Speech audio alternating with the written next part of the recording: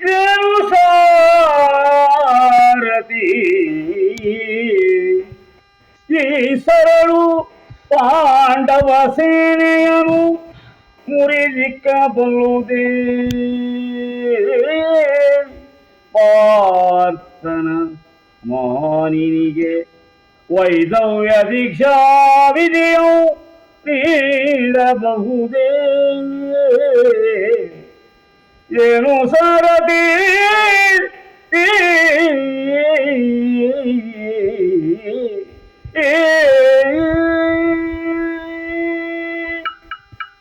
ಶ್ರೀಯುತ ಗಣೇಶ್ ನಾಯ್ಕ್ ಬಾರ್ದಿಲ ನೇತೃತ್ವದ ಮೂಡುಬಿದಿರೆ ಮಿರರ್ ಚಾನೆಲ್ನ ಎಲ್ಲ ನನ್ನ ವೀಕ್ಷಕ ಬಾಂಧವರಿಗೆ ಹೃತ್ಪೂರ್ವಕವಾದ ಸ್ವಾಗತವನ್ನು ಅನ್ವಯಿಸ್ತೇನೆ. ಈ ಬಾರಿ ಯಕ್ಷಗಾನದ ಅನರ್ಘ್ಯ ರತ್ನ ಅಂತ ಹೇಳಿದರೆ ಯಕ್ಷಗಾನಕ್ಕಾಗಿ ತಮ್ಮ ಜೀವನವನ್ನೇ ತಮ್ಮ ಬದುಕನ್ನೇ ಮುಡುಪಾಗಿಟ್ಟವರು, ಯಕ್ಷಗಾನಕ್ಕಾಗಿಯೇ ಬದುಕಿದವರು, ಕಲೆಗಾಗಿಯೇ ಬದುಕಿದವರು, ಇವರ ಬಗ್ಗೆ ನಾನು ಹೇಳಲೇಬೇಕಾಗ್ತದೆ. ಹಾಗೆ ಯಕ್ಷಗಾನ ಅಂತ ಹೇಳುವಂಥದ್ದು ಅದೊಂದು ಪರಿಪೂರ್ಣ ಕಲೆ. ಯಾಕಂತ ಹೇಳಿದ್ರೆ ಯಕ್ಷಗಾನದಲ್ಲಿ ಮೊದಲನೇದಾಗಿ ಭಾಗವತರು ಅಂತ ಹೇಳಿದ್ರೆ ಈ ಸೂತ್ರಧಾರಿ ಅವರು ಕಂಟ್ರೋಲಲ್ಲಿ ಇಡೀ ರಂಗವೇ ಇರ್ತದೆ.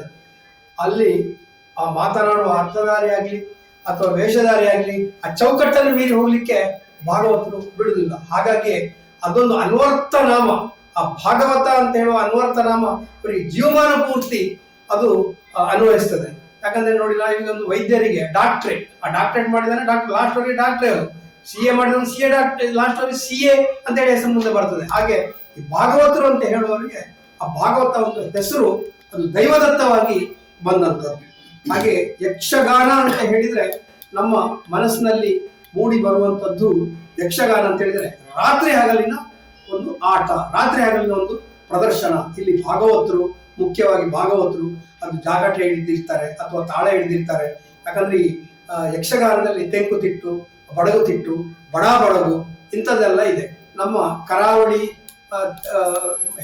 ಕರಾವಳಿಯ ಮಟ್ಟಿಗೆ ಹೇಳುವುದಾದ್ರೆ, ಕರಾವಳಿ ಅಂತ ಹೇಳಿದ್ರೆ ದಕ್ಷಿಣ ಕನ್ನಡ ಬರ್ತದೆ, ಉಡುಪಿ ಬರ್ತದೆ, ಆಚೆ ನಿಮ್ಮ ಕುಮಟ, ಶಿರ್ಸಿ ಎಲ್ಲ ಬರ್ತದೆ. ಇಲ್ಲಿ ತೆಂಕು, ನಮ್ಮ ಆಚೆ ತೆಂಕು, ದಕ್ಷಿಣ ಕನ್ನಡ ಉಡುಪಿ ಆಚೆ ತೆಂಕು ಹೇಳ್ತೇವೆ. ಆ ಕಡೆ ಬಡಗಿನ ಒಂದು ತಿಟ್ಟು ಇರ್ತದೆ.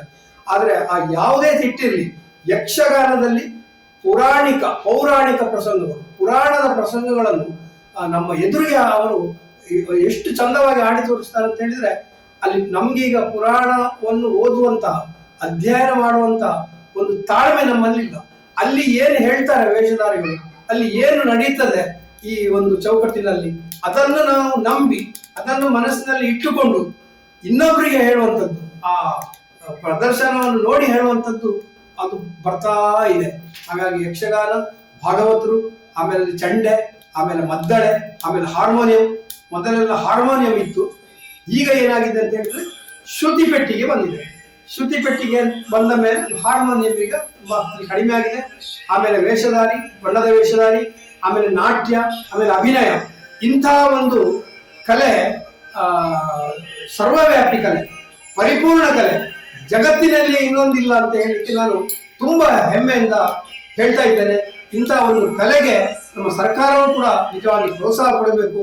ಈ ನಿಟ್ಟಿನಲ್ಲಿ ಯಕ್ಷಗಾನ ರಾತ್ರಿ ನಾವು ಮೊದಲು ಸಣ್ಣದಿರುವಾಗ ಏನಾಗ್ತದೆ ಅಂತ ಹೇಳಿದ್ರೆ ಕಟೀಲು ಮೇಳದ್ದೇ ಆಟವನ್ನು ಬೇಕಾದ್ರೆ ತೆಗೆದುಕೊಳ್ಳುವ ದೇವಿ ಮಹಾತ್ಮೆ, ಅದು 100 ಸಾರಿ ಅಲ್ಲ 1000 ಸಾರಿ ನೋಡಿದ್ರೆ ಸಹ ಯಾರಿಗೆ ಸಹ ಅದು ಬೋರ್ ಅನ್ನಿಸುವಂತ ಒಂದು ಯಕ್ಷಗಾನವೇ ಅಲ್ಲ. ನಾನು ಶ್ರೀದೇವಿ ಮಹಾತ್ಮೆ ಯಾಕೆ ಹೇಳಿದೆ ಅಂತ ಹೇಳಿದ್ರೆ, ಸಣ್ಣದಿಂದ ನಾವು ನೋಡುವಂಥದ್ದು. ಅದು ಏನು ಕಲ್ಪನೆ, ರಾತ್ರಿ ಇವತ್ತು ಒಂದೇ ಒಂದು ಆಟ, ರಿಕ್ಷಾದಲ್ಲೆಲ್ಲ ಬೊಬ್ಬೆ ಹೊಡಿತಾ ಹೋಗ್ತಾರೆ, 9:00ವರೆಗೆ ಒಂದೇ ಒಂದು ಆಟ, ರಂಗುರಂಗಿನ ರಂಗಮಂಟಪದಲ್ಲಿ ಬಲಿಪನಾರಾಯಣ ಭಾಗವತರು, ದೇವ ಮಹಾತ್ಮೆ ಅಂತ ಹೇಳಿದ್ರೆ ಬಲಿಪ ಭಾಗವತರು, ಆಮೇಲೆ ಈಗ ಪಟ್ಲ ಸತೀಶ್ ಶೆಟ್ಟಿ ಬೇರೆಯವರೆಲ್ಲ ಬಂದಿದ್ದಾರೆ. ಎಲ್ಲರೂ ಅಲ್ಲಿ ರಂಗಸ್ಥಳದ ಮೇಲೆ ಕುತ್ಕೊಂಡ ಅಂತ ಹೇಳಿದ್ರೆ ಭಾಗವತರು, ಅದು ಅಲ್ಲಿ ದೇವಿಯೇ ಒಂದು ಪರಕಾಯ ಪ್ರವೇಶ ಮಾಡ್ತಾಳೆ ಅಂತೇಳಿ ಒಂದು ಬಲವಾದ ನಂಬಿಕೆ ಇದೆ. ಹಾಗೆ 9:00ವರೆಗೆ ಸ್ಟಾರ್ಟ್ ಆದ್ರೆ ಬೆಳಿಗ್ಗೆವರೆಗೆ 5:30, 6 ಗಂಟೆವರೆಗೆ ನಾವು ನೋಡಿದ್ದೇವೆ. ಎಷ್ಟೋ ಸಾರಿ ದೇವಿ ಮಹಾತ್ಮೆಯನ್ನು ನಾವು ನೋಡಿದ್ದೇವೆ. ಅಂದ್ರೆ ನಾನು ಯಾಕೆ ಹೇಳಿದೆ ಅಂತ ಹೇಳಿದ್ರೆ, ಈ ಹಿಂದೆ ಈ ಯಕ್ಷಗಾನ ಅಂತ ಒಂದು ಹೇಳುವಂತ ಪ್ರದರ್ಶನ ಅದು ರಾತ್ರಿ 9 ಗಂಟೆ 9:30ವರೆಗೆ ಸ್ಟಾರ್ಟ್ ಆದ್ರೆ ಬೆಳಿಗ್ಗೆ 5:30, 6ಕ್ಕೆ ಮುಕ್ತಾಯ ಆಗ್ತಿತ್ತು. ಆಮೇಲೆ ಬರ್ತಾ ಬರ್ತಾ ಬರ್ತಾ ಕೊರೋನಾದ ಸಂದರ್ಭದಲ್ಲಿ ಅದು ಕಾಲಮಿತಿಗೆ ಒಳಗಾಯಿತು. ಕಾಲಮಿತಿ ಅಂತ ಹೇಳಿದ್ರೆ ಸಾಯಂಕಾಲ 5-6 ಗಂಟೆಗೆ ಪ್ರಾರಂಭ ಆದ್ರೆ ರಾತ್ರಿ 12 ಗಂಟೆಗೆ ನಿಲ್ಲುವಂತ ಒಂದು ಕಲ್ಪನೆ, ಆ ಒಂದು ಪ್ರದರ್ಶನ ಮುಂದಕ್ಕೆ ಆಯಿತು.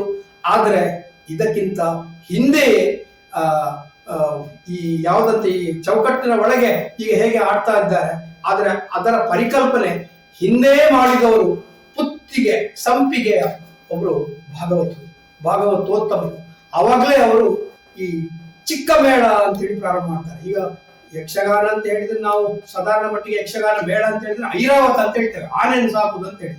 ಆದ್ರೆ ಆ ಸಂದರ್ಭದಲ್ಲಿಯೇ ನಮ್ಮ ಸಂಪಿಗೆಯ ಭಾಗವತರು ಚಿಕ್ಕ ಮೇಳವನ್ನು ಪ್ರಾರಂಭ ಮಾಡ್ತಾರೆ. ಚಿಕ್ಕ ಮೇಳ ಅಂತ ಹೇಳಿದ್ರೆ ಪಂಚಕೂಟ. ಅವರನ್ನು ನಮ್ಮ ವೀಕ್ಷಕರಿಗೆ ಪರಿಚಯಿಸ್ತಾ ಇದ್ದೇವೆ. ಸಂಪಿಗೆಯ ಶ್ರೀ ಸುರೇಂದ್ರ ಪೈಗಳು. ಸುರೇಂದ್ರ ಪೈಗಳೇ ನಮಸ್ತೆ. ನಮ್ಮ ಈ ಮೂಡಬಿದ್ರೆ ಮಿರರ್ ಚಾನೆಲ್ನ ಎಲ್ಲ ಭಾಗವತ್ರೆ, ಈಗ ಈ ನಿಮ್ಮ ಚಿಕ್ಕ ಮೇಳ ಪುತ್ತಿಗೆ ಶ್ರೀ ಸೋಮನಾಥೇಶ್ವರ ದೇವರ ಕೃಪಾನುಗ್ರಹದಿಂದ ಪ್ರಾರಂಭವಾದಂಥ ಈ ಮೇಳ, ಇದರಲ್ಲಿ ನೀವು ಸಾಧಾರಣ ಪತ್ತನಾಜೆ ಮುಗಿದು ಮತ್ತೊಂದು ದೀಪಾವಳಿ ಅಮಾವಾಸ್ಯವರೆಗೆ ನಿರಂತರವಾಗಿ ನೀವು ಇದರಲ್ಲಿ ಮೇಳದಲ್ಲೇ ಇರ್ತೀರಿ. ನಿಮ್ಮ ಪ್ರತಿಯೊಂದು ಸಮಯವನ್ನು ನೀವು ಇದಕ್ಕೆ ಮೀಸಲಾಗಿಡ್ತೀರಿ. ಆ ಸಂದರ್ಭದಲ್ಲಿ ನೀವು ಯಾರಿಗೂ ಸಿಗುದಿಲ್ಲ, ಯಾಕಂದ್ರೆ ನಿಮ್ಗೆ ಇದೇ ಮುಖ್ಯ ಆಗಿರ್ತದೆ. ಈ ಚಿಕ್ಕ ಮೇಳದಲ್ಲಿಯೇ ನೀವು ವ್ಯವಸಾಯ ಮಾಡ್ತಾ ಇರ್ತೀರಿ. ಒಂದು ಗದ್ದೆಯಲ್ಲಿ ಹೇಗೆ ವ್ಯವಸಾಯ ಮಾಡ್ಬೇಕಾದ್ರೆ ನಿರಂತರವಾಗಿ ತಿಂಗಳುಗಟ್ಟಲೆ ಬೇಕೋ, ಹಾಗೆ ಇದರಲ್ಲೂ ಸಹ ವ್ಯವಸಾಯ ನೀವು ಮಾಡ್ತಾ ಇರ್ತೀರಿ. ಇದು ಅಷ್ಟು ಸುಲಭದ ವ್ಯವಸಾಯ ಅಲ್ಲ. ಅಲ್ಲಿ ಸಹ ವ್ಯವಸಾಯ ಅಂತೇಳಿ ನಾವು ಒಂದು ಗಾದೆ ಉಂಟು, ವ್ಯಾಪಾರ ಮಾಡಿದವನಿಗೆ ನಿಮಿಷ, ಬೇಸಾಯಕ್ಕೆ ವರುಷ ಅಂತೇಳಿ. ಹಾಗೆ ಇಲ್ಲಿ ಸಹ ಹಾಗೆ ಗೀತೆಯಲ್ಲಿ ಸಹ ದೇವರು ಹೇಳ್ತಾನೆ, ಕರ್ಮಣ್ಯ ವಾದಿಕಾರಸ್ಥೆ ಮಹಾಫಲೇಶು ಕದಾಚನ. ಹಾಗೆ ನೀವೇನಂತ ಹೇಳಿದ್ರೆ ನಿಮ್ಮ ಕರ್ಮವನ್ನು ನೀವು ಮಾಡ್ತಾ ಇದ್ದೀರಿ, ಆದ್ರೆ ಆ ಫಲಾಫಲ ದೇವರಿಗೆ ಬಿಟ್ಟದ್ದು, ಆ ಸೋಮನಾಥ ದೇವರಿಗೆ ಬಿಟ್ಟದ್ದು. ಆದ್ರೆ ಆ ಫಲ ದೇವರು ಕೊಡ್ತಾ ಇದ್ದಾನೆ, ನಿಮಗೆ ಅರಿವಿಲ್ಲದೆ ಕೊಡ್ತಿದ್ದಾನೆ, ಅರಿವಿಗೆ ಬಂದು ಏನೋ ಕೊಡ್ತಾ ಇದ್ದಾನೆ. ಹಾಗಾಗಿ ನೀವು ದೇವರಿಗೆ ಯಾವಾಗಲೂ ನಾನು ನೋಡ್ತಾ ಇರ್ತೇನೆ. ಯಾವಾಗಾದ್ರೂ ನಾವು ದೇವಸ್ಥಾನಕ್ಕೆ ಬಂದರೆ ಸೋಮನಾಥನ ದೇವರ ಅನುಗ್ರಹ, ಸೋಮನಾಥನ ದರ್ಶನ ಮಾಡಿದ್ರ ಅಂತ ನೀವು ನಮಗೆ ಆಧಾರಾತಿಥ್ಯವೆಲ್ಲ ದೇವರ ಒಂದು ದರ್ಶನ ಮಾಡಿದ್ರ ನಂತರ ಆಧಾರಾತಿಥ್ಯಕ್ಕೆ ಬನ್ನಿ ಅಂತ ಹೇಳ್ತೀರಿ. ಹಾಗೆಯೇ ನೀವು ಈ ಚಿಕ್ಕ ಮೇಳದಲ್ಲಿ ನಿಮ್ಮ ಏನು ವ್ಯವಸಾಯ ಮಾಡಿ ಆದ ಮೇಲೆ ನೀವು ಈ ದೇವಸ್ಥಾನಕ್ಕೆ ಸಂಬಂಧಪಟ್ಟ ಕಾರ್ಯ ಚಟುವಟಿಕೆ ಆಗಿರ್ಬೋದು, ಧಾರ್ಮಿಕ ಚಟುವಟಿಕೆ ಆಗಿರ್ಬೋದು, ಅದರಲ್ಲಿ ನೀವು ಹೇಗೆ ತೊಡಗಿಸಿಕೊಳ್ತೀರಿ, ಅಲ್ಲಿ ಯಾವ ಯಾವ ಚಟುವಟಿಕೆಗಳಲ್ಲಿ ನೀವು ಭಾಗವಹಿಸ್ತೀರಿ, ಒಂದು ನಿಮ್ಮ ಅನುಭವ ಅಥವಾ ನೀವು ಆ ನಿಮ್ಮ ಸೇವೆಯನ್ನು ಒಂದು ನಮಗೆ ನಮ್ಮ ವೀಕ್ಷಕರಿಗೆ ತಿಳಿಸಬೇಕಾಗಿ ನಾನು ಕೇಳ್ಕೊಳ್ತೇನೆ. ಅಂದರೆ ನಮ್ಮ ಚಿಕ್ಕಮೇಳದು ಅಂದರೆ ವರ್ಷ ಇಡೀ ಪುತ್ತಿಗೆ ಸೋಮನಾಥೇಶ್ವರ ದೇವರ ಸೇವೆ ಅಂತ ಹೇಳಿದರೆ ವಾರದ ಪ್ರತಿ ಸೋಮವಾರವೂ ಭೋಜನದ ವ್ಯವಸ್ಥೆ ಇರ್ತದೆ. ಭೋಜನ ಬಡಿಸುವಲ್ಲಿ, ಅವರನ್ನು ಭೋಜನಕ್ಕೆ ಕಳಿಸುವಲ್ಲಿ, ಬಂದವರನ್ನೆಲ್ಲ ಸುಧಾರಿಸುವಲ್ಲಿ, ಬಂದ್ರೆ ನೀವೇ ಹೇಳಿದ ಹಾಗೆ ಪ್ರಸಾದವನ್ನು ಸ್ವೀಕರಿಸಿರಿ ಅಂತೇಳಿ ಅವರನ್ನು ವ್ಯವಸ್ಥಿತವಾಗಿ ಕರ್ಕೊಂಡು ಹೋಗಿ ಎಲ್ಲ ಮಾಡುವಲ್ಲಿ ಹಾಗೆ ಮತ್ತೆ ಹಾಗೆ ದುಡಿತಾ ಇದ್ದೇನೆ. ಸ್ವಯಂ ಸೇವಕನಾಗಿ ದುಡಿತಾ ಇದ್ದೇನೆ. ಮತ್ತೆ ನಿಮ್ಮ ನವರಾತ್ರಿ, ಶಿವರಾತ್ರಿ, ಮತ್ತೆ ಚೌತಿ, ದೇವಸ್ಥಾನದ ವಿಶೇಷ ದಿನಗಳಲ್ಲಿ, ಜಾತ್ರಾ ಸಂದರ್ಭದಲ್ಲಿ, ಪ್ರತಿ ಕಾರ್ಯಕ್ರಮದಲ್ಲಿಯೂ ದೇವರ ಉತ್ಸವದಿಂದ ಹಿಡಿದು ದೇವರ ಸಾಂಸ್ಕೃತಿಕ ಕಾರ್ಯಕ್ರಮಗಳಲ್ಲಿಯೂ ಆರ್ನಿಸಿ ದುಡಿತಾ ಇದ್ದೇನೆ. ರಾತ್ರಿಗಳು ಎಲ್ಲರಿಗೂ ಸಹಕಾರವಾಗ ದೇವರ ಏನು ಕೆಲಸಗಳುಂಟು, ಧಾರ್ಮಿಕ ಕ್ರಿಯೆಗಳುಂಟು, ಅದನ್ನು ಸ್ವಯಂ ಸೇವಕನಾಗಿ ಸ್ವಂತ ನಾನು ನನ್ನ ಕೆಲವು ಮಿತ್ರರಿಂದ ಬಳಿ ಎಲ್ಲ ಮಾಡ್ತಾ ಇದ್ದೇನೆ. ಮತ್ತೆ ಶಿವರಾತ್ರಿಯ ದಿನ ಸುಮಾರು ರಾತ್ರಿ ಹಗಲು ಭಜನೆ ಇರ್ತದೆ. ಸಂಜೆಯಿಂದ ಭಜನೆ ಪ್ರಾರಂಭ ಆದವು ಸೂರ್ಯೋದಯದವರೆಗೆ ಅಹೋರಾತ್ರಿ ಭಜನೆಯಲ್ಲಿ ಸಾಧಾರಣ ಸುಮಾರು 28-30 ತಂಡಗಳನ್ನು ಸುಧಾರಿಸಿ ಭಜನೆ ಅನುಚಾನವಾಗಿ ನಡೆಯುವಂತೆ, ಸುಸಾಂಗವಾಗಿ ನಡೆಯುವಂತೆ ಸಹಕರಿಸುವಲ್ಲಿ ಭಾರಿ ಸಹಕಾರ ನೀಡ್ತಾ ಇದ್ದೇನೆ, ಭಾರಿ ದುಡಿತಾ ಇದ್ದೇನೆ. ಅದೇ ನಾವು ಕೇಳಿದ್ದೇನೆ ಅಂತ ಹೇಳಿದ್ರೆ, ಕೇಳಿದ್ದಲ್ಲ ನೋಡಿದ್ದೇವೆ. ಆ ಪೇಟೆಯಲ್ಲಿ ಸಾಧಾರಣ ಮಹಾಶಿವರಾತ್ರಿಯ ಹೊತ್ತಿಗೆ ಅಥವಾ ಬೇರೆ ದೇವಸ್ಥಾನದಲ್ಲಿ ಯಾವುದೇ ಒಂದು ಉತ್ಸವ ಕಾರ್ಯಕ್ರಮ ಆಗಬೇಕಾದ್ರೂ ನೀವು ಬಂದು ನಮ್ಮ ಮನೆಗೆ ಬಂದು ಆಮಂತ್ರಣ ಎಲ್ಲ ಕೊಡ್ತೀರಿ. ನಮ್ಮ ಮನೆಗೆ ಬಂದು ಕರಪತ್ರ ಹಂಚ್ತೀರಿ. ಒಂದು ಸಾರಿ ನೀವೇ ಹೇಳಿದ್ದು ನನಗೆ ನೆನಪಿದೆ, 7,000 ಇನ್ವಿಟೇಷನ್ಗಳನ್ನು ನಾನು ಕೊಡಬೇಕು, 1 ವಾರವರೆಗೆ ನಾನು ಕೊಡ್ತಾ ಇದ್ದೇನೆ ಅಂತ ಹೇಳ್ತೀರಿ. ಆ ಒಂದು ಹುಮ್ಮಸ್ಸು, ಆ ಒಂದು ತೇಜಸ್ಸು, ಆ ಒಂದು ಪ್ರೇರಣೆ ಆ ಭಗವಂತನ ದಯೆಯಿಂದ ಮಾತ್ರ ಅದು ಖಂಡಿತ ಆಗ್ತಾ ಇದೆ. ಅವನ ಒಂದು ದಯೆಯಿಂದ ಅವನೇ ಒಂದು ಶಕ್ತಿ ನನ್ನ ನಿಮ್ಮ ಮೂಲಕ ತುಂಬಿದ್ದಾನೆ ಅಂತೇಳಿ ನನಗೆ ತುಂಬ ಖುಷಿ ಆಗ್ತದೆ. ಯಾಕಂತ ಹೇಳಿದ್ರೆ ಬೇಟೆಯಲ್ಲಿ ಯಾರಾದರೂ ಹೋಗುದಾದ್ರೆ ಭಾಗವತರೇ ಅಂತ ಹೇಳ್ತಾರೆ, ಚಿಕ್ಕ ಮೇಳದ ಭಾಗವತರೇ ಅಂತ ಹೇಳ್ತಾರೆ.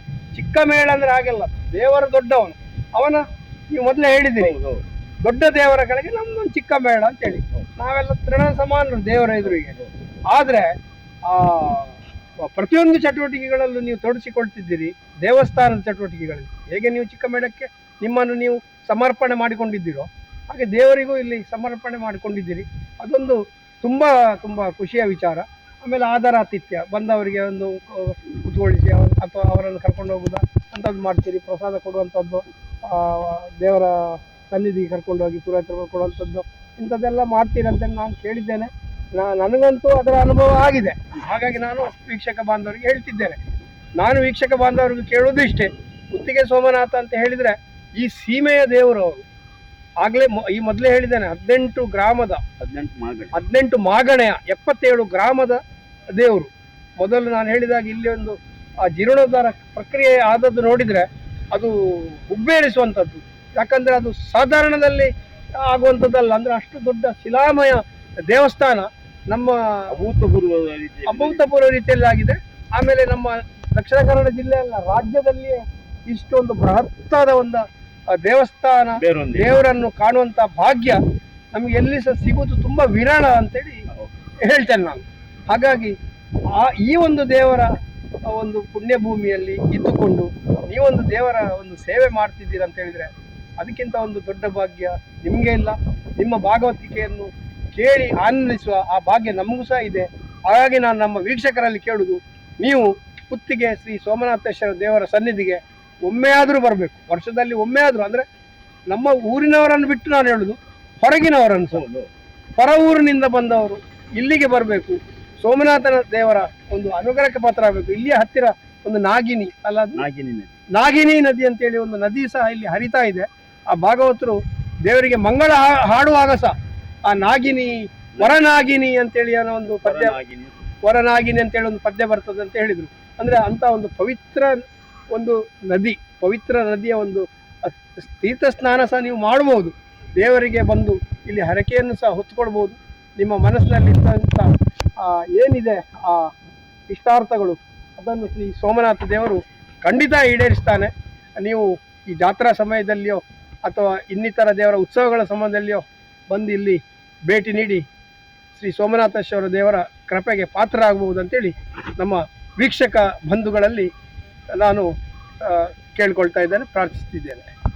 ಪೈಗಳೇ, ಈಗ ಯಕ್ಷಗಾನದಲ್ಲಿ ಮೊದಲ ವೇಷ ಬರುವಾಗ ಭಾಗವತರು ಹಾಡ್ತಾರೆ, ಚಿಕ್ಕ ಪ್ರಾಯದ ಬಾಲ ಚತುರೇ. ಹಾಗೆ ಚಿಕ್ಕ ಮೇಳದ ದೊಡ್ಡ ಚತುರ ನೀವು ಅಂತೇಳಿ ನನ್ನ ಒಂದು ಆತ್ಮದಿಂದ ಬಂದಂತ ಒಂದು ಉದ್ಗಾರ ಇದೆ. ಚಿಕ್ಕ ಮೇಳದ ದೊಡ್ಡ ಚತುರ. ಹಾಗೆ ನೀವು ಹೊರಗಡೆ ಬೇರೆ ಯಾವ ಮೇಳಗಳಿಗೆ ಭಾಗವತರಾಗಿ ಅತಿಥಿ ಕಲಾವಿದರಾಗಿಯೋ ಹೋಗಿದ್ದೀರಾ ಪೈಗಳೇ? ಯಾಕಂತ ಹೇಳಿದ್ರೆ ನೀವು ಮುಖ್ಯವಾಗಿ ನನಗೆ ತಿಳಿದ ಮಟ್ಟಿಗೆ ತೆಂಕು ತೆಟ್ಟಿನ ಭಾಗವತರು ನೀವು. ಹಾಗೆ ನೀವು ಬಡಗಿನ ಕಡೆಗೆ, ಯಾಕಂದ್ರೆ ಭಾಗವತರಿಗೆ ತೆಂಕು ಬಡಗಿ ಎಂಬುದು ಏನಿಲ್ಲ, ಅದನ್ನು ಗ್ರಹಿಸುವಂತ ಪ್ರೇಕ್ಷಕನಿಗೆ ಮಾತ್ರ. ಇಲ್ಲಿ ನಿಮ್ಗೆ ಏನಂತ ಹೇಳಿದ್ರೆ ಒಂದು ತಾಳ, ಅಲ್ಲಿ ಜಾಗಟೆ. ಈಗ ನಾವು ಎಷ್ಟೋ ತೆಂಕು ತಿಟ್ಟಿನಲ್ಲಿ ನೋಡ್ತೇವೆ. ಆ ಗಣೇಶ್ ಹೆಬ್ರಿ ಅವರು ತೆಂಕಿನಲ್ಲಿ ಸಹ ಹಾಕ್ತಾರೆ, ಬಡಗಿನಲ್ಲಿ ಸಹ ಹಾಕ್ತಾರೆ. ರಾಘವೇಂದ್ರ ಬಾಯಿ ತೆಂಕು ಸಹ ಹಾಕ್ತಾರೆ, ಬಡಗಿನಲ್ಲಿ. ಹಾಗೆಯೇ ನೀವು ಹೊರಗಡೆ ಚಿಕ್ಕ ಪ್ರಾಯದ ದೊಡ್ಡ ಚತುರರಾಗಿ ಬೇರೆ ಬೇರೆ ಮೇಳಗಳಿಗೆ ಹೋಗಿದ್ದೀರಾ? ಅಲ್ಲಿ ವ್ಯವಸಾಯ ಮಾಡಿದ್ದೀರಾ ಅಥವಾ ಅತಿಥಿ ಕಲಾವಿದರಾಗಿ ಹೋಗಿದ್ದೀರಾ ಅಥವಾ ಕಾಯಮಾಗಿ, ಅಂದ್ರೆ ಕಾಯಮಾಗಿ ಅಂತ ಹೇಳಿದ್ರೆ ಹೆಚ್ಚಿನ ಮಟ್ಟಿಗೆ ಹೋಗಿದ್ದೀರಾ ಅತಿಥಿ ಕಲಾವಿದರಾಗಿ ಅಂತ? ನಮ್ಮ ಮೇಳ ಪ್ರಾರಂಭ ಆಗಿ, ಚಿಕ್ಕ ಮೇಳ ಪ್ರಾರಂಭ ಆಗಲಿಕ್ಕೆ ಸಾಧಾರಣ ಈಗ ನಿಮ್ಮ ಈಗ 36 ವರ್ಷ ಆಯ್ತು, ಸಾಧಾರಣ 38 ವರ್ಷದ ಹಿಂದೆ ಮೇಘರವಳ್ಳಿ ಮಹಾಗಣಪತಿ ಮೇಳ ಬಡವು, ಆ ಮೇಳಕ್ಕೆ ಭಾಗವತನಾಗಿ ಹೋಗಿದ್ದೀನಿ. ಮತ್ತೆ ಆದಿ ಸುಬ್ರಹ್ಮಣ್ಯ ಮೇಳ, ಶ್ರೀನಾಥ ಭಂಡಾರಿ ಅವರು ತೆಂಕು ಮೇಳ, ಡೇರೆ ಮೇಳ ಪುತ್ತೂರು, ಅದಕ್ಕೂ ಭಾಗವತನಾಗಿ ಹೋಗಿದ್ದೆ. ನಾನೇ ಭಾಗವತನಾಗಿದ್ದೆ. ಮತ್ತೆ ಮಹಾಲಿಂಗೇಶ್ವರ ಮೇಳ ಪುತ್ತೂರು, ಶ್ರೀನಪ್ಪ ಭಂಡಾರಿಯವರ ಮಗನು. ಸುರಿಗೆ ಪ್ರಾರಂಭಕ್ಕೆ ಸೇವೆಯಿಂದಲೇ ಹೋಗಲಿಲ್ಲ, ನಡುವೆ ಅವರು ಕರೆದ್ರು ಭಾಗವತಿ ಬರೋಲ್ಲ ಬರ್ಕೊಂಡು ಮಾತ್ರ ಭಕ್ತಿನಾಥ ಯಾವುದು ಅಂತೇಳಿ ಹಾಗೆ ಅದರಲ್ಲಿ ಮೇಳದಲ್ಲಿ ಎಂಡುವರೆಗೆ ಮಾಡಿದ್ದೇನೆ, ಅವತಾನಜವರೆಗೂ ಮಾಡಿದ್ದೇನೆ. ಈ 3 ಮೇಳಗಳಿಗೆ, ಒಂದು ಬಡಗು ಮೇಳ ಮತ್ತು 2 ತೆಂಕು ಮೇಳಗಳಿಗೆ ಹೋಗಿದೆ. ವ್ಯವಸಾಯ ಮಾಡಿದ್ದೇನೆ. ತುಂಬಾ ಆಗ ವ್ಯವಸಾಯ ಮಾಡಿದ್ದೇನೆ ಅಂತ ಹೇಳಿದ್ರೆ ಹೇಗೆ ಗೊತ್ತುಂಟು ನಿಮಗೆ? ನಿಮ್ಮ ಸುಳ್ಯ ಬೆಳಿಮಲೆಯಲ್ಲಿ ಆಟ ಆಗುವಾಗ ಆದಿಸುಬ್ರಹ್ಮಣ್ಯ ಮೇಳದ ಆಟ, ಟೆಂಟ್ ಮೇಳ, ಅದಕ್ಕೆ ಭಾಗವತಿಗೆ ಹೋಗಿದ್ದೇನೆ. 9:30 10 ಗಂಟೆಗೆ ಭಾಗವತಿಗೆ ಕೂತ್ಕೊಳ್ಳಿಕ್ಕೆ ಭಾಗವತರು ಬೇರೆ ಇಲ್ಲ, ಒಬ್ಬನೇ. ಹೀಗೆ ಒಂದು 6 ತಿಂಗಳಿಗೆ ತೆಗೆದಿದ್ದೇವೆ ನಾವು. ಒಬ್ಬನೇ ಭಾಗವತ 9:30ಯಿಂದ ಬೆಳಗಿನ ಬೇರೆ ಭಾಗವತರು ಇಲ್ಲ. ಈಗ ನಿಮ್ಮ ಮೇಳದಲ್ಲಿ 10 ಗಂಟೆಯಿಂದ 12 ಗಂಟೆವರೆಗೆ ಒಬ್ಬ, 12 ಗಂಟೆಯಿಂದ 2 ಗಂಟೆವರೆಗೆ ಒಬ್ಬ, 2 ಗಂಟೆಯಿಂದ 4 ಗಂಟೆವರೆಗೆ, 4 ಗಂಟೆಯಿಂದ 6 ಜನ ಭಾಗವತರಿದ್ದಾರೆ. ಆ ಸಮಯದಲ್ಲಿ ನಾನು ಈ ಬಲಿಪ ಅಗರಿಯವರ ಹಾಗೆ ಒಬ್ಬನೇ ಭಾಗವತಿಕೆ ಮಾಡಿದ್ದೆ. ಹಾಗೆ ನೀವು ತಾಳಮದ್ದಳೆಯಲ್ಲಿ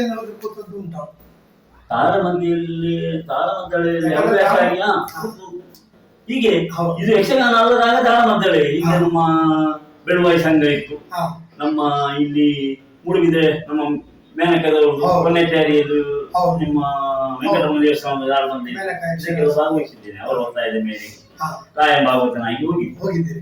ಬೇರೆ ಬೇರೆ ಮೇಳಗಳಿಗೆ ಹೋಗಿದ್ದೀರಿ. ಅರ್ಥಧಾರಿಗಳ ಒಂದು ಕೂಟದಲ್ಲಿ, ತಾಳಮದ್ದಳೆ ಕೂಟದಲ್ಲಿ ನೀವು ಅಲ್ಲಿಯೂ ಭಾಗವತರಾಗಿ ನೀವು ಅಲ್ಲಿ ಸೇವೆ ಸಲ್ಲಿಸಿದ್ದೀರಿ, ಭಾಗವತರಾಗಿ ಹಾಡಿದ್ದೀರಿ. ಹಾಗೆ ಸಾಧಾರಣ ಮಟ್ಟಿಗೆ ನೀವು ಹೇಳಿದಾಗೆ ಮಾವು ಮಂಜುನಾಥ ಭಂಡಾರರು ಮತ್ತೆ ಲಾಡಿ ಕೃಷ್ಣ ಶೆಟ್ಟರು, ಮಾಧವ್ ಜೋಶಿ, ಇವರೆಲ್ಲ ನಮ್ಮ ಒಡನಾಡಿಗಳು, ನಮ್ಮ ಒಳ್ಳೆ ಸ್ನೇಹಿತರು. ಖಂಡಿತ. ಹಾಗೆ ಹೆಚ್ಚಿನ ಕಡೆಗಳಲ್ಲಿ ನಿಮ್ಮ ಒಂದು ಛಾಪನ್ನು ನೀವು ಅಲ್ಲಿ ಮೂಡಿಸಿದ್ದೀರಿ. ಯಾಕಂದ್ರೆ ಇವತ್ತಿಗೆ ನಿಮ್ಗೆ ಸುರೇಂದ್ರ ಪೈಗಳು ಅಂತ ಹೇಳಿ ಜನರಲ್ಲಿ ಹೇಳೋದಕ್ಕಿಂತ ಜಾಸ್ತಿ ಚಿಕ್ಕ ಮೇಳದ ಭಾಗವತರು, ಚಿಕ್ಕ ಮೇಳದ ಭಾಗವತರು. ಚಿಕ್ಕ ಮೇಳ ಅಂತ ಹೇಳಿ ಚಿಕ್ಕದು ಅಂತ ಹೇಳಿ ಅಲ್ಲಿ ಕುತ್ತಿಗೆ ದೇವರು ದೊಡ್ಡವರು. ಆ ದೇವರ ಪ್ರೇರಣೆ, ದೇವರ ದೇವರು ದೊಡ್ಡವರಾದ್ರಿಂದ ಮೇಳ ಚಿಕ್ಕದ್ದೇ ಆಗ್ಬೇಕಲ್ಲ. ಮೇಳ ದೊಡ್ಡ ದೇವರು ದೊಡ್ಡವು, ಮೇಳ ಚಿಕ್ಕದು. ದೇವರ ದೊಡ್ಡ, ಮೇಳ ದೊಡ್ಡದು ಅಂತ ಹೇಳಿದ್ರೆ ದೇವರು ಚಿಕ್ಕವರಾಗಲಿ. ಖಂಡಿತ ಖಂಡಿತ ಖಂಡಿತ. ಆ ಕುತ್ತಿಗೆ ಸೋಮನಾಥೇಶ್ವರ ಒಂದು ಅಭಯ ದೊಡ್ಡ ದೇವರು ನಿಮ್ಮ ತಂಡದ ಮೇಲಿದೆ. ಅಲ್ಲಲ್ಲ, ನಾನು ಮತ್ತೊಂದು ಪ್ರಶ್ನೆ ಮಾಡುವವರಿಗೆ ಹೇಳುವುದುಂಟು. ದೊಡ್ಡ ಸೋಮನಾಥ, ಮಹತೋಬಾರ ಸೋಮನಾಥೇಶ್ವರ ಎಷ್ಟು ಮಾಗಣಿಗಳಿಗೆ ಎಷ್ಟು ದೊಡ್ಡ ದೇವರು.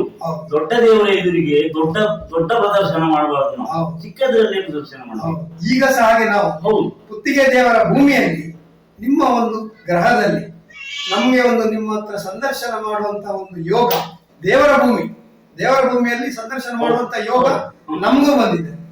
ಹಾಗಾಗಿ ನಿಮ್ಗೂ ಸಹ ನಾವು ಈ ಬಗ್ಗೆ ನಾವು ಅತ್ಯಂತ ಅಭಿನಂದನೆ ಹೇಳ್ತೇವೆ. ಹಾಗೆ ಈ ಎಲ್ಲೆಲ್ಲಿ ನೀವು ಹೋಗ್ತಾ ಇದ್ದೀರಿ ಭಾಗವತರಾಗಿ, ಎಲ್ಲ ಜನ ನಿಮ್ಮನ್ನು ಗುರುತಿಸ್ತಾರೆ. ಯಾಕಂದ್ರೆ ಒಂದು ಭಾಗವತರ ಅಂತ ಹೇಳಿ ಗುರುತಿಸ್ತಾರೆ. ಮತ್ತೆ ನೀವು 2ನೇದು ಏನಂತಂದ್ರೆ ಕುತ್ತಿಗೆ ಸೋಮನಾಥೇಶ್ವರ ದೇವಸ್ಥಾನದಲ್ಲಿ ಆಗುವಂತ ಒಂದು ಮಹಾಶಿವರಾತ್ರಿಯ ಒಂದು ಕಾರ್ಯಕ್ರಮ ಅಥವಾ ದೇವರ ಜಾತ್ರೆ ಸಂದರ್ಭದಲ್ಲಿ ಅಲ್ಲಿ ಹೋದ್ರೆ ಮೊದಲು ಬಂದವರನ್ನು, ಅತಿಥಿಗಳನ್ನು ಗೌರವದಿಂದ ಬನ್ನಿ, ದೇವರ ದರ್ಶನ ಮಾಡಿ, ಕಾಪಿ ಕುಡಿಯಿರಿ ಅಂತ ಹೇಳುವವರೇ ನೀವು. ನನ್ನ ಮಟ್ಟಿಗೆ ಹೇಳುವವರು ನೀವು. ಎದುರು ಕಾಣಿಸಿದ ತಕ್ಷಣ ಹೋಗಿ ಕಾಪಿ ಕುಡಿಯಿರಿ ಅಂತ ಹೇಳ್ತೀವಿ. ದೇವರ ದರ್ಶನ ಆಯ್ತು, ಕಾಪಿ ಕುಡಿಯಿರಿ ಅಂತ ಹೇಳ್ತಾರೆ. ಹಾಗೆ ಇದು ಒಂದು ತುಂಬಾ ಒಂದು ಖುಷಿದಾಯಕ ವಿಚಾರ. ಯಾಕಂದ್ರೆ ಸೋಮನಾಥನ ಒಂದು ಸೇವೆ ಮಾಡುವಂತ ಯೋಗ ಅದು ಅಷ್ಟು ಸಾಧಾರಣವಾಗಿ ಯಾರಿಗೂ ಬರುವುದಿಲ್ಲ. ನಾವು ಕೇಳಿದ್ದೇವೆ, ಜೀರ್ಣೋದ್ಧಾರ ಹೋಗುವ ದಿವಸಕ್ಕೆ 1000 ಜನ ಇದ್ರು ಆ ಕರಸೇವೆಯಲ್ಲಿ ಅಂತ ಕೇಳಿದ್ದೇವೆ.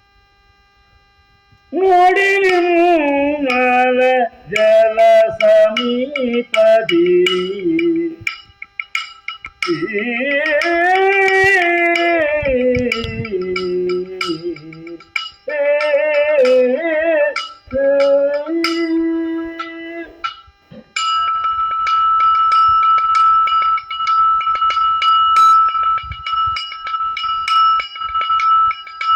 ನೋಡಿ ನಿರ್ಮಲ ಜಲ ಸಮೀಪದಿ ಮಾಡಿಕೊಂಡರು ಪರ್ಣಶಾಲೆಯ ರೂಢಿ ಪಾಲರು ಪಂಚವಟಿಯ ಕಾಡಿನೊಳಗೆ